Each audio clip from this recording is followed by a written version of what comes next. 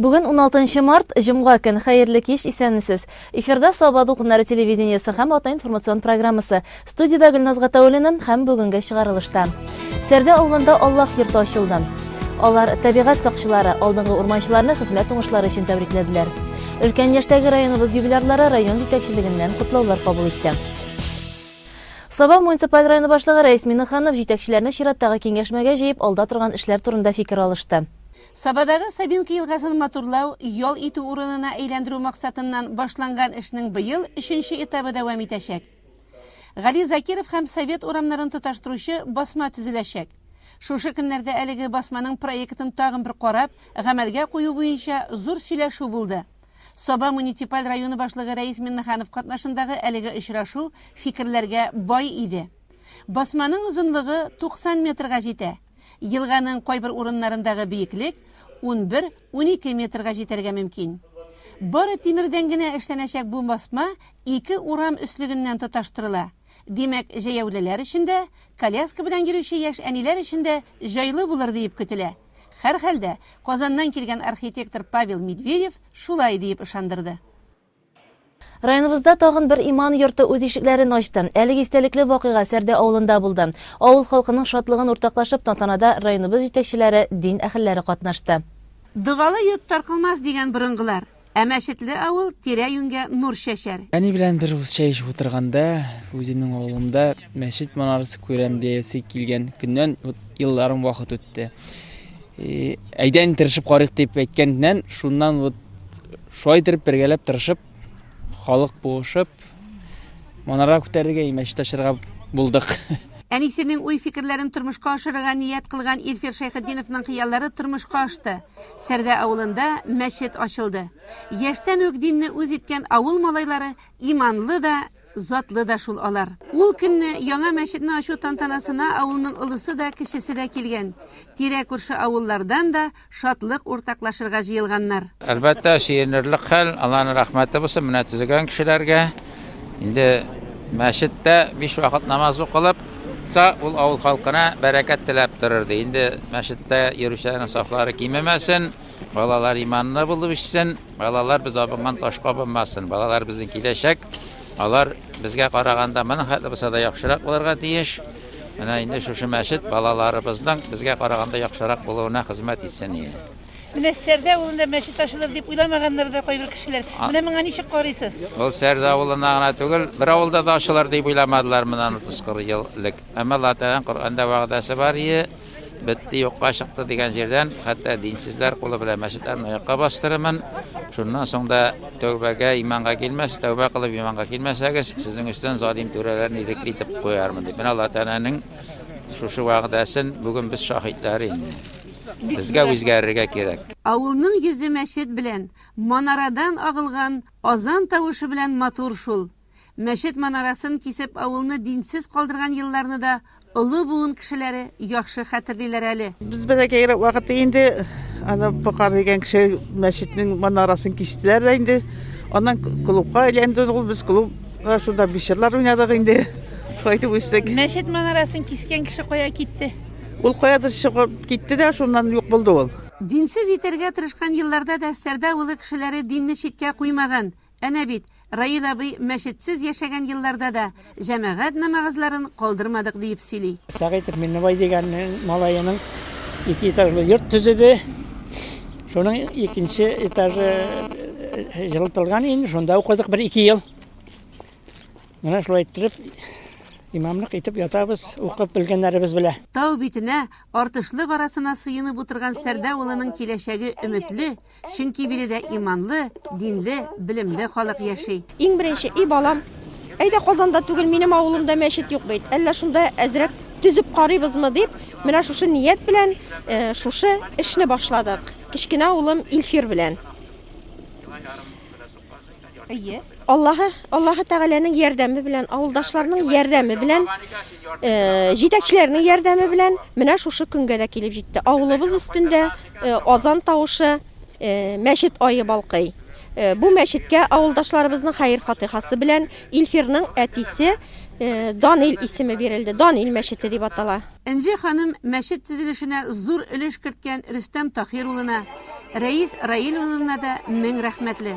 Аларга махсус бүләкләр дә әзерләгән ул. Тантанага килгән җитәкчеләр һәм дин әһелләре тәкбир әйтеп мәчет эшенә уздылар.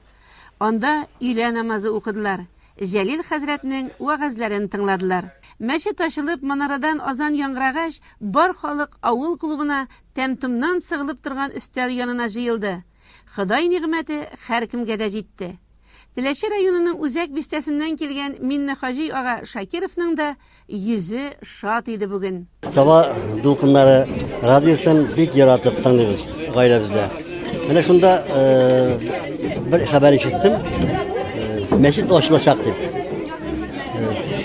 Кайчан икәнлеген, кайсы авыл икәнлеген мин ачыклап бетерә алмадым. Шуннан мин Сабада еш булам, мәчеттә еш булам, намазлар укырга. Шуны сорап куйдым. Менә сездән дә сорадым бит инде. Кайчан була ул? Менә март айында була, Сәрдә авылында дип. Минем күңелемдә торды инде, минем барасым килде. Чөнки Сәрдә авылында минем күргәнем юк иде.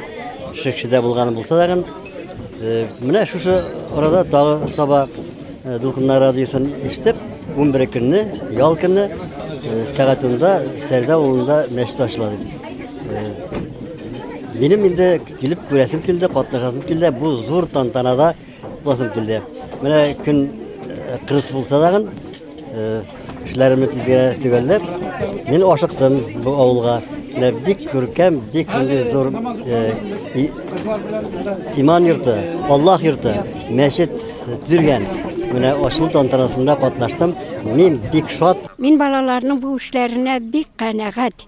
Булар бик куркып кына тотынганнар иде. Бик әйбәт килеп чыкты. Әлхәмдүлиллаһи шөкер. Моннан соң дагы шушы Сәрдә авылы кешеләре дин юлында булсын, мәчетебезгә сукмаклары ябылмасын. Һәрберебез дә шушы дин гамәлләрен тормышка ашырып, динне булып, намазларыбызны шунда укырга язсын. Биле Сәбиттә йөридек күрше авылдан, безнең монда әти Әзмә авылыннан күрше авылыннан бер әбидән бер әбигә йөреп узган вакытлар искә төшә. Киләчәктә үзегезне тагын нинди күз алдына китерәсез бу авылны? Менә Европадан кайткан егеттән шушы Сәрдә авылының киләчәген сорыйсы килә. Алла бирсә, яшьләр китмичә калып авылны киләчәктә развивать итсәләр, хәзер, конечно, күбесенчә яшьләр Казанга китергә тырышар, зур шәһәрләргә, Нижнекамскә, Чаллыга. Бәлки бөтен кеше китеп бетсә, авыл үлә дип әйтәләр. Шуңа күрә уйлавымча, бу биргән булса, Сәрдә авылы шу мәчет ачу белән процветать будет киләчәктә, Алла бирсә. Авылдашларга нинди теләкләрегез бар? Саулык, сәламәтлек биргән булса, һәм онытмагыз, килегез һәрбер җомга, Алла бирсә, намазга басыгыз, яшьләрне, балаларны тырышыгыз намазга бастырырга һәм җомга сайын мәчет тулы булсын. Шушы көннәрдә Саба районына эшлекле сәфәр белән Татарстан Республикасы Диния нәзарәте рәисе мөфти Камил хәзрәт Самигуллин килде. Ул Саба җәмигъ мәчетендә авыл имамнары белән үткәрелгән киңәшмәдән катнашты. Очрашуда шулай ук Саба муниципаль районы башлыгы Рәис Миннеханов, район мөхтәсибе Айнур хәзрәт Әхмәтов, авыл җирлекләре башлыклары, район мөхтәсибәте активында катнашты. Бүгенге көндә районда 53 мәчет эшләп килә. Аларның һәркайсы халыкка иман нуры таратуда үз вазифаларын җиренә җиткереп башкара. Төрле дини бәйрәмнәрдә мөселман кешесен үзенә җыя, Аллаһка якынайта. Аларда хезмәт куючы имамнар да дин кануннарын тотып эш итә. 5 вакыт намазга чакырып азан әйтү, халыкка киңәш табыш итү, үгет-насихат бирү, вәгазьләр аша тәрбияләү, дингә хезмәт итәргә чакыру, дини йолаларны башкару кебек вазифаларны үтәп, мәчет әһелләре авыл кешесен туры юлга өнди. Камил Самигуллин киңәшмә эшендә имамнарның борчыган сорау үзерләренә җавап бирде. Шулай ук илдә, дөньяда барган вәзгыять хакында да сөйләштеләр. Саба орман хуҗалыгы хезмәткәрләре 2017 ел хезмәт нәтиҗәләре буенча алдынгылар слеты үткәрде. Лесхоздагы аучылар авылы бәйрәм залында шушы тармакта эшләгән, уңышларга ирешкән хезмәткәрләр тәбрикләнде. Саба урман хуҗалыгы елның елында нәкъ менә шушы вакытта хисап тотып зур бәйрәм үткәрә. Аның быелгысы урманчылар һәм төрле һөнәр ияләрен тәбрикләүгә багышланган иде. Татарның иң шәп гармунчысы Айнур Муратов халкыбыз киләре белән сәламләде аларны. Аннары лесхозның имам хатибы Әхмәт хәзрәт сүз алып, догалы йортта эш бәрәкәтле булыр диде. Данлыклы урманчы Нургали Миннаханов сузган туры юлдан барып район урманчылары матур нәтиҗәләргә ирешәләр. Урманчыларыбыз, механизаторларыбыз үзләренә йөкләнгән чылбырлы, тәгәрмәчле тракторларны, механизмнарны, язгы кырышларны әзерләү белән шөгыльләнәләр. Инде производство ягына килгәндә, бүгенге көнгә барлыгы 37 мең километр агач кисеп чыгарылып, андан 38 миллион сумлык табан итештереп сатылды. Шулай ук инде иң аның куанычлысы шунсыдыр, үзебезнең остазыбыз, укытучыбыз, Россиянең һәм Татарстанның атказанган урманчысы, күп арды милләтләргә лаек булган Нургали Мөхәммәтов безне ничек өйрәтеп калдырды. Аның сызган юлыннан без сезнең белән урман хуҗалыгында нинди генә чорлары булмасын, бергә аны аңлап, турыга иң шанычлы алдыннар белән урман кодексын бозмыйча матур гына күрсәткечләргә ирешеп киләбез. Һәм шулай ук инде иң аның куанычлысы шунсыдыр, хезмәт хакларын һәм хөкүмәт тарафыннан җиткерелгән үзара салымнарны түләп баруга ирешелде. Хөрмәтле урманчылар, хезмәт ветераннары, килгән кунаклар, рөхсәт итегез, барыгызны бүгенге бәйрәм белән чын күңелдән тәбрик итәргә. Эшебездә, тормышыбызда зурдан-зур уңышлар, кырыштан сәламәтлек, семья вакыты һәм һәр вакытта да башкарган эшләребез ул, йөзләребез көләч, күңелләребез күтәренке. Бәйрәм белән сезне. Васил Нурулович аннары урман эше ветераннарын тәбрикләде һәм аларга бүләкләр тапшырды. Татарстан Республикасының урман хуҗалыгы министры Рауль Кузиров исә урман хуҗалыгы өлкәсендә озак еллар эшләгән Зөбәрҗәт Сафинага иң яхшы урман питомнигы исемен алган орлыкчылар үзәгенә, Шәмәрдән урманчылыгы мастеры Разак Газизҗановка, агач эшкәртү комбинатыннан Ильяс Яруллинга, такта яру цехы мастеры Дания Ивановага, сувенир цехы мастеры Илдар Арслановка министрлыкның бүләкләрен тапшырды. Урманчыларны Саба муниципаль районы башлыгы Рәис Миннаханов та тәбрикләде. Ул аларның һәммәсенә дә зур уңышлар теләде һәм урман өлкәсендә зур хезмәт куйган алдынгыларга бүләкләр тапшырды. Үзегезнең вазифагызны бик матур итеп үтисез. Бу инде безнең урманны саклауда, аның яңадан яңа утыртулар, яңа технологиялар белән шул ук вакытта инде менә безнең селекционда да яңа үзгәрешләребез киләчәктә тагын бүтән төрле агачны түгел, җимешләрне үстерә торган итеп тә хыялланар бар. Менә шундай үзгәрешләр булганда, нидер өмет вакытны була. Дөрес, әле цехларыбызда безнең шиселәребез күп. Аларның җитештерү сыйфатлыгы һәм күләмен арттырулар шиселәребез бар әле. Бер-беребезне өйрәтеп, мин уйлыйм, бу уңышлар киләчәктә булыр. Урманчылар ул көнне рәхәтләнеп ял иттеләр, хезмәттәшләре белән очраштылар, Казаннан килгән сәнгать осталары чыгышларын карап хозурландылар. Безнең урманчылык республикабызда тарих белән бик тирән кирип китә торган елларга китә. Бу инде Минниханов, Нургали Миннихановичның монда бөтен эшләгән эшләрне без хәзер күз алдына да китереп булмый. Аны менә инде өлкәннәр дә, ветераннарыбыз да сөйләгән вакытны мин инде күз белән беренче эш атнашлап кына монда уже беренче тапкыр килмәдем. Безнең кунаклар да алып килүе булды монда, инвестицияларыннан күземә китерәм, монда зур эшләр эшләнгән вакытында. Бу вакытта. Шуның өчен дә шул зур эшләр эшләнеп, менә без Татарстан урманчылыгыбызга шуннан үрнәк алып та киләчәктә яңа уңышлар алырга тиешбез. Бүгендән инде менә мин бүген беренче тапкыр министр буларак шул бәйрәмдә булдым. Мин бик шат, что Саба урманчылыкларының шундый традициясе бар. Матур итеп кенә бергә җыелышып шунда елның уңышларын кабатлап татаган, искә алып и передовикларны хөрмәт итеп наградалар бирү бик ул кирәкле әйбер.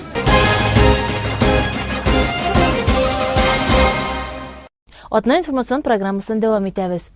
Безнең арада бик кызыксынучан һәм һәр тотынган эшне булдыра ала торган кешеләр яши. Мишән төп мәктәбе директоры Равил Шайдуллин шундыйлардан. Ул оештырган теплицада үскән кыярларны райондашларыбыз экологик чиста Мишән кыярлары дип бик яратып алалар. Равил Шайдуллин тәҗрибәсе белән хәбәрчебез Гөлшат Галиәкбәрова танышты. Biz Мишен төп мәктәбе теплицасына аяк баскан көндезге сәгатьләрдә урамда -15 градус салкын иде. Төнге температура -20 градустан да түбән вакыт. Теплицадагы +30 градус җылылык, түшәмгә кадәр үрмәләгән кыяр үсентеләре, тырышып эшләп йөрүче теклетуралар бик тиз генә җәйгә күчереп куйдылар. 2011 елда нигез салынган теплицаны бүгенге көндә уңышлы һәм иң мөһиме табышлы эшли дип әйтеп була. Эшли башлаган елларда югалтулар да шактый булган үзе. Беренче елларны әлбәттә югалтулар булды инде, аны белмәдек. Теге суга тотып аттыгында үзең йөзәргә кирәк дигән шикелләр булып чыкты инде ул. Шәшкән әйберләрне аны шул 3-4 көн эчендә бөҗәккә охшап бетерде. Аннан соң инде әкрен-әкрен өйрәнә, тәҗрибә уртаклашып, менә шушындый бүгенге көндә инде кешегә күрсәтерлек һәм үзебез файда алырлык дәрәҗәгә җиттек. Үзеннән үзеңә килми тәҗрибә, моның өчен әлбәттә өйрәнергә кирәк. Менә безнең тәҗрибә уртаклашырга бүгенге көндә Мингәр хуҗалыгы бар бит инде. Аша районында бик әйбәт эшләп килә. Безнең Түбән Утар, Түбән Атадан инде Дамир Ханафич, ул өлгүзәлеккә шулай ук мәктәптә эшләгән, укытучы булып эшләгән. Менә аның белән безнең бәйләнешләр бик әйбәт. Менә бу бүгенге көндә шушы чәчәкләрне сөркәләндерү өчен теклетураларны шул алып кайтып бирде инде. Аның бер уяшын гына барып йөреп булмый бит. Һәм инде безнең районда да кыяр белән шөгыльләнүчеләр бар, Шикшидә, анасын шулай ук Шәмәрдәндә инсаф шөгыльләнә. Балалар белән даими элемтәдә торабыз һәм бер-беребезнең булган уңышларын, анасын нинди булса кимчелекләрне әйтеп, шушы уртак бер фикергә килеп, матурына эшлибез. Үзе шул гел ирәнгән, эзләнгән вакытта гына була. Теплицага теклетуралар кайтарып та оттырмаганнар. Кыярның нинди сорты яхшы, кайсы ферма белән эшләү отышлы икәнен дә хәзер инде беләләр. Безнең монда утырткан кыярлар эстафета F1 сортлы, алар читтән сөркәләнә. Әйткәнемчә инде, читтән сөркәләнгән кыярлар алар тәмлерәк тә һәм аларның формалары да сатканда да бик матур була. Безнең менә бу сорт кыяр, бу ачык грунтка да ярый, шушы теплицага да бик кулай инде, аңар яктылык та бик күп кирәк түгел. Һәм ул температураның кискен үзгәрешләренә дә чыдый. Менә быел март айын күреп торасыз. Төнлә белән 32-35, көндез белән 19, айырма бик зур, температураны тоту бик авырга килә. Безнең бар бәйләнеш Манул фермасы белән, ул Мәскәү өлкәсендә инде, шушы Манул фермасы белән анда счетлар җибәрә дә безгә, без акча күчереп, алар безгә җибәрә кирәк кадәр орлыкны. Менә без 2 еллык итеп алып куйдык. Чөнки кыярлыгы ул күбрәк торган саен, аның сыйфаты арта бара. 3-4 еллык кыярлыгы ул әйбәт кенә була. Аны шулай срогы күбрәк булган саен әйбәт була. Теплицаны табышка эшли торган итү өчен төрле юлларны эзлиләр биредә. Мәсәлән, балчыкны үзләре әзерлиләр, дезинфекциялиләр, су сибүдә тулысынча автоматлаштырылган. Ноябрьдән уже әйберләрне чыгарып дезинфекциялибез, бик яхшылап. Дезинфекция өчен бакыр купарысыннан файдаланабыз, аннан соң күкерт шашкалар яндырабыз һәм температураны төшерәбез. Бөтенләй битермибез, чөнки аны яннан су тутыру бик авыр, һава кала, аны чыгаруы. Һәм безнең январьга кадәр ул тик тора. Январьның 8-ләрендә инде менә яңа рассада утыртып, шушы яңа эшне башлап җибәрәбез. 2016 елда Мишен төп мәктәбе теплицада кыяр үстереп 240 мең сум табыш алган. Быел исә кимендә 200 мең сум табыш алсак, файдалы булыр иде диләр. Укучылар өчен дә теплицада кыяр үстерү ят эш түгел. Биологияны бик яратып укыйм. Теге елны без 7нче класста үсемлекләр турында өйрәнгәнек. Раулевой безнең бу теплицага кереп, биология турында сөйләде һәм иң танылган үсемлек инде ул кыярны өйрәнгәнек һәм сөркәләнү, ясау технологиясын безгә сөйләп китте. Минем әтим агроном һәм миңа кыярлар үстерү бик якын эш. Безнең өйдә теплица бар, теплицаны әти теге елны гына яңартты һәм шулай иттереп кыярны бик үстерәбез. Кыярына караганда монда кыярлар чынлыкта да тәмлерәк. Мәктәптә дә без аларны тәмләп башлыйбыз. Монда кыярлар бөтен ел буе үсәләр. Бездә инде авыл халкына булгач инде булай җәй көне генә утыртабыз. Теплицада төп эшне техник хезмәткәрләр, хуҗалык эшләре буенча җаваплы кеше башкара. Кыярларны җыеп ала башлагач та, аларны даими карап, тәрбияләп торырга кирәк. Мәсәлән, кыярларны бауларга шырнап, өскә үрмәләтергә, мыекларны өзәргә кирәк. Шул вакытта гына көзгә кадәр уңыш алып була. Үрмәләтмәсәң, ул тирәккә асынып төшә бит инде. Үрмәләтергә кирәк өскә. Бер нигә генә инде. Мыеклары кырыйга җибәрмәскә инде шул. Көн сайын өзеп торабыз. Су сибәбез көн сайын. Кырыйларындагысын өзеп барабыз, яңадан чыгарып бара бит ул. Кырыйдагы сабакларын өзеп барабыз инде. Менә бу инегә чыккан картайган сабакларын. Шуны орнына яшәр чыга бара, гыды яшәрә бара ул. Көзгә хәтле бара. Быел кыярны 8 гыйнварда чәчкәннәр. Һәм ул инде сатарлык булып та җитешкән. Биредә эшләү һәр кем өчен тәҗрибә туплауда булып тора. Мондый теплицаларда үстергән юк иде. Җирдә генә теплицаныкы аерым барыбер да. Икенче төрлерәк. Шул Равил Миннәхмәт ширетте инде. Барсына да әкрингә. Булай эшләгез, тегеләй эшләгез дип шуннан өйрәндек аннан соң. Мишән төп мәктәбе теплицасында үскән экологик яктан чиста кыярларга сорау зур. Сатудан кергән акча мәктәп бюджетын тулыландыра, кирәк-яраклар алына. Ә гомумән теплица эшчәнлеге алып барырга теләүчеләр, үз эшләрен булдырырга җыенучылар өчен дә бу менә дигән тәҗрибә мәйданчыгы. Лесхоз бистәсендә яшәүче озак еллар урманчылыкта хезмәт куйган Мөхәммәддин Гарафетдинов, Юлбат авылында яшәүче Нурия Әхәтова үзләренең 90 яшьлек юбилейларын каршы алды. Аларны тәбрикләргә Саба муниципаль районы башлыгы урынбасары Расих Закирҗанов, халыкны социаль яклау идарәсе җитәкчесе Марсель Хуҗин, урындагы җитәкчеләр, балалары, оныклары килгән иде. Гарафетдиновлар лесхоз бистәсендә үрнәк гаиләләрнең берсе, авылдашлары аларны тырыш, тәрбияле, кеше күңелле булганнары өчен ярата һәм хөрмәт итә. Мөхәммәддин абыйның 90 яшьлек юбилее көнне дә иләреннән кеше өзелмәде. Юбиляр һәм аның тормыш иптәше Раушания апа тумышы белән күрше Кукмара районыннан. Әсәнелга авылы малаена сугыш башланганда 13 яшь була. Әсәнбаш хуҗалыгында үгезләр җигеп, сука белән эшли башлый, ат көтүен көтә. Тимерчелектә дә хезмәт куя. 1951-1953 елларда Швециядә шахтада эшли. Картлык килеп җитеп, егет чактагы дәрт дарман кайларга китеп югалган дип уфтанып ала юбиляр. Аның өчен хәзер күбрәк Раушания апа сөйли. Иң авыр еллар сугыш туктагач булды, сугыш вакытында булды. Иң авыр еллар 15 яшь тулгач мине урманга чыгарып җибәрделәр. Булар ат җигеп шул урман ташыдылар инде. Яшьләр, малай җегетләр. Biz urman kestik. Лесхоз урманынан ябышкан ек. Киров урманына да бардык, Маматыш урманына да бардык. Шул иң ахыргысын Маматыш урманында тамамлап кайттык инде. Кул пычкысы белән план тутырырга дип кистек. План тутырасы булды ул чагында.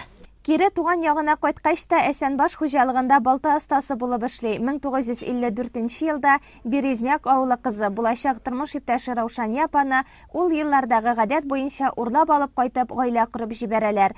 Хезмәт юлы 1966 елда Саба урман хуҗалыгында дәвам итә.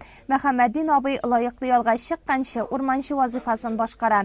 Гаиләсе белән 1992 елга кадәр лесхозга күченеп килгәнче урманда кордонда яшиләр. 3 бала, 2 малай, 1 кыз тәрбияләп үстергәннәр. Бәк канагат. Аллаға шөкер, балалар янында килеп бирәләр. Ашаган сайын ашауга бер яшибез. Аллаға шөкер, тавыш чыккауга чыгармады. Тыныч яшәдек. Ничек әйтим инде? Бәхетле семьяда яшәдем дип әйтеп була, бәхетле яшәдек. Тормышта төрле хәлләр була, инде шулай бит талашкан вакытларда була. Кайсыгыз беренче булып татулаша иде? Онысына Мөхәммәддин нитәдер, түз алмыйдыр индәшмичә. Ул 2 сәгатьтән ары йөри алмыйдыр. Мине бер атнада йөрергә мөмкин индәшмичә. Ул индәшмичә йөрмәде. Мөхәммәддин абый бик бәхетле. Янында 64 ел бергә яшәгән тормыш иптәше бар. Кызлары Илхамия Кукмарада булса да, 2 улы Тәлгат, Рашад гаиләсе белән күршедә генә гомер кичерә. Икесе дә әтисе һөнәрен дәвам итеп урманчылыкта эшлиләр. Халыкча әйтсәк, бергә яшиләр, аерым торалар. 7 онык, 9 оныкчыклары бар. Рәхмәт аларга, молодцы. Безне ирекле иттереп, тәрбияләп, үстереп, гадел булырга өйрәттеләр инде. Мен 82 елда килен булып төштем. Ул вакытта Әти белән ике артында яшиләр, картынга төштем мин, анда леснигә инде әти инде безнең әйтеп киткәндер үзе, 27 ел орманда лесник булып эшләде, бик әйбәт эшләде, алдынгы лесниклар булып йөрде ул һәр вакытта даган. Гел почет тактасында булган рәсемнәре дигән. Аннары инде шуннан соң менә 36 ел киленнәре булып яшибез. Яшим инде мин. Безнең инде әниләрнең йортлары аерым булса да, без шушы бер урамда олы малай Тәлгат инде менә без инде икенче малай Рашат менә кашыдаган тора, шушы бер урамда яшибез. Аерым йортта яшәсәк тә, бергә яшәгән шикелле, Аллага шөкер, бик матур, бик тыныч, бик әйбәт яшибез. Безнең әти дә, әни дә бик әйбәт, бик тәрбияле, тәртипле балалар үстергәннәр, бик рәхәт аларның балалары белән яшәргә безнең күңел турып китә инде. Бик рәхәтләнеп яшибез, Аллага шөкер. Туганчылыклы әти белән әни инде. Әни инде безнең урманда торганда дагын әтигә бик нык кирәк булды. Әти лесник булгач инде кайтып та кермәсә дә, әни өйдә бер үзе шул йортны алып бара торган иде. Әни инде безнең әти инде ул безнең менә бик йомшак күңелле, ул бер вакытта да минем бер баласына да, бер килененә дә, бер оногына кычкырган да, ачуланган да күргәнем юк. Безнең инде әйтә сүзне әни катарак итеп әйтә. Әни әйткән вакытта да әти эндәшми, шуңа күрә семьяда бик тынычлык, балалар да бик тәүфыйклы, бик тыныч, бик әйбәт яшиләр, бик әйбәт тәрбия биргәннәр барсына дагын. Аларга ошап, алардан күреп без дәген шундый тәртипле семья булырга тырышабыз инде, балаларыбызга да аларны үрнәк итеп куябыз. Картлыкка бирешми тормыштан ям һәм тәм табып яшәргә тырышалар. 50 ел умарта тоткан гаилә хәзердә бу эшне дәвам итә. 37 баш умарталары бар икән. Тавык, чебешне дә бик теләп асрыйлар. Җиләк, җимеш, яшелчәсен дә үстерәләр. Өй эчендә гөлләр шау-чәчәккә күмелеп утыра. Мөхәммәдин абый үзе белән бергә картайган гармунын әле дә кулыннан төшерми. Бала чакта мунчада кайшып уйнарга өйрәнә ул. Бигрәк тә карурман, шахта, алмагачларны килергә яратам ди. Biz bütün biz yılıp koyduk. Şın көңілімізден туған күні біле тәбрик етебіз. Аңа сәлеметлік, әні біле ikisine тигізлік, берекетлі, хайырлы ғұмыр тілейм. Мен бик бәхетлі шушы яшымда әти әнилі болуым білән. Өзімде енді ұлы яшта болсам да, әлі мен бала. Өзімнің балаларым болса да. Енді Аллахы тағалама шексіз шүкір. Әти әниме шушындай сәлемет, тигіз, бәхетлі тұрмыш бергені үшін.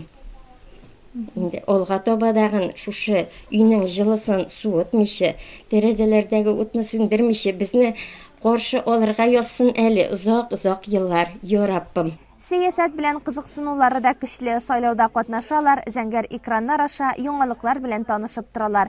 Юбилярны котларга килгән Саба урман хуҗалыгы җитәкчесе Васил Гыйзатуллин үткәннәрне искә төшереп, хатирәләрне яңартты. Мөхәммәдин абый белән инде менә мин 75нче елда монда республика кайткан идем. Ул вакытта техник лесовод дип йөртәләр. Алар инде 6 лесники, ул Мөхәммәдин абый беренче обходта эшлидер.